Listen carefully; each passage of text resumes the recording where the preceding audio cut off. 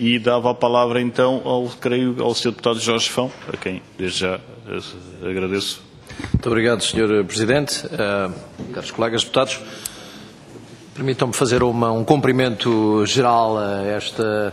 este conjunto de instituições que estão aqui representadas por Vossas Excelências e não individualizar este cumprimento. Naturalmente agradecer, em nome pessoal e em nome do Partido Socialista, a presença, sobretudo porque esta presença e este diálogo nos permitirá seguramente a todos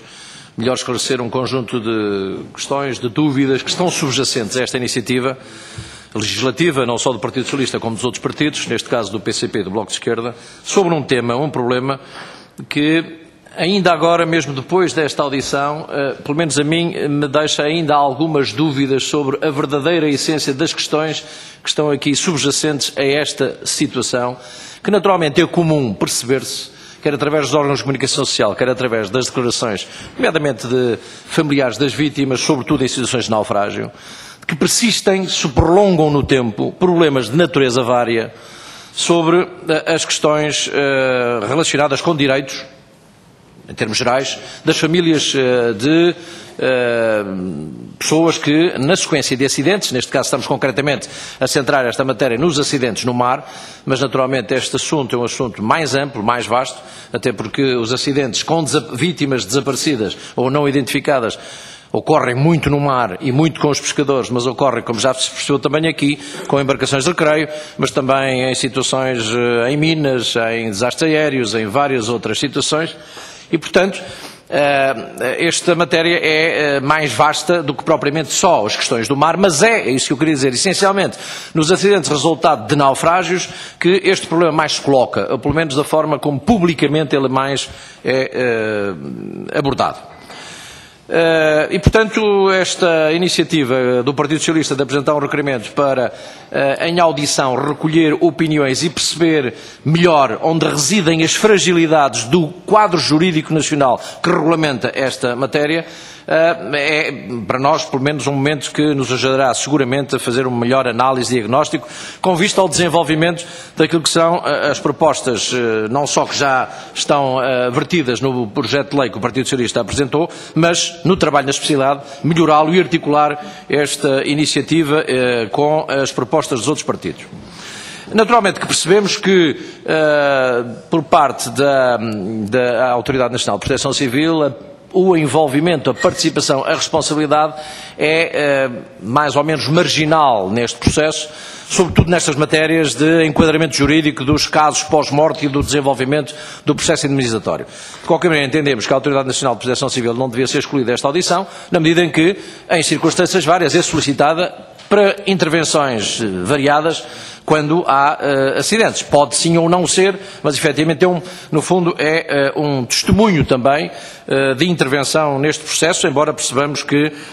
não tem talvez sobre a matéria nenhuma questão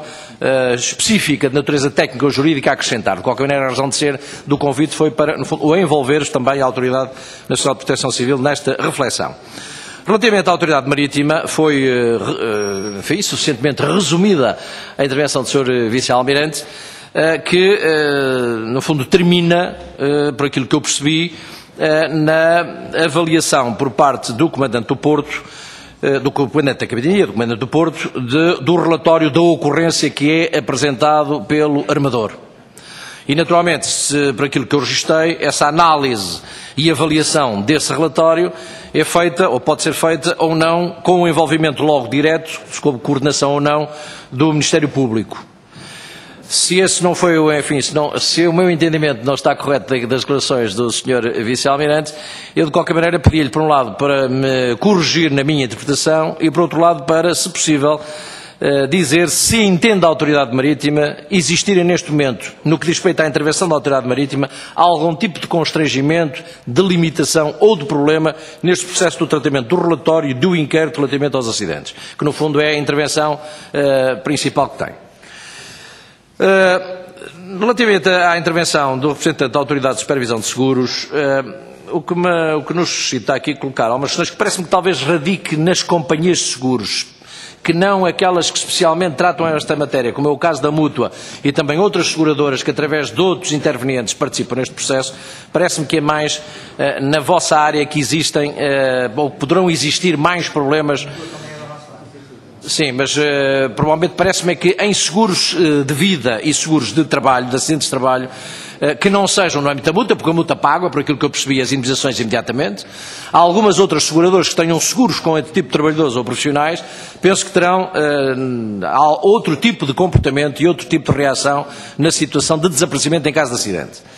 E eu gostava de perguntar o seguinte: é significativo ou não, não sei se está em condições de me dizer isso, é significativo ou não, a percentagem de contratos de seguro, quer de trabalho, quer de vida, que têm as companhias, de uma forma geral estabelecidas,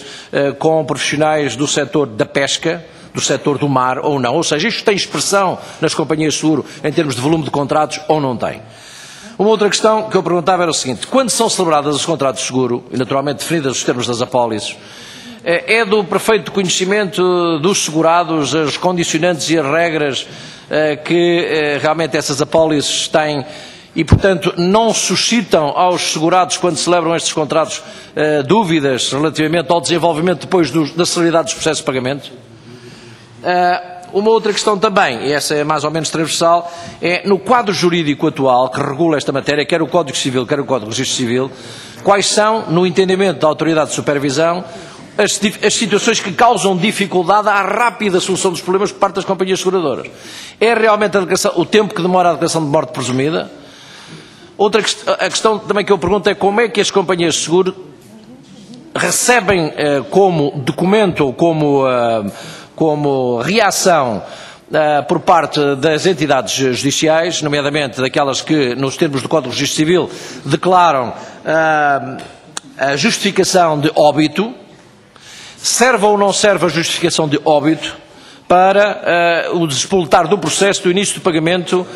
das indemnizações? Relativamente à intervenção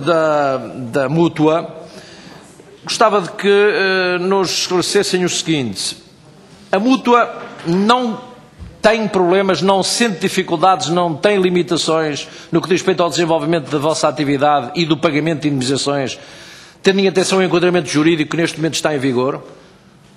É uma questão que eu queria perguntar. E se existem esses constrangimentos, ou se a Mútua sente esses constrangimentos, quais são? É na declaração de morte presumida? É na justificação do óbito? Em que aspecto mais existe fragilidade no quadro legal atual e que, se resolvido ou ultrapassado, poderia facilitar o desenvolvimento destes processos? Por último, em relação à Associação Pro Maior, eu gostava de esclarecer aqui com o Mestre Festas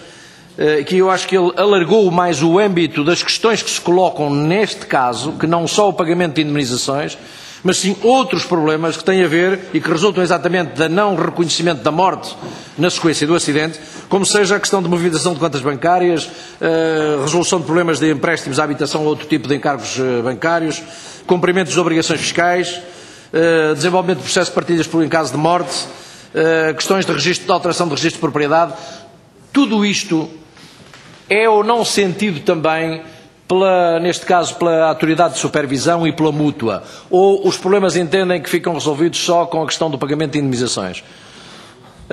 E para já era este conjunto de questões que eu deixava para podermos evoluir e aprofundar um pouco mais a reflexão sobre esta situação, que se está a perceber que não é, enfim, completamente uniforme no que diz respeito à leitura, nem seguramente fácil de perceber a solução relativamente às questões que se colocam neste momento. Muito obrigado.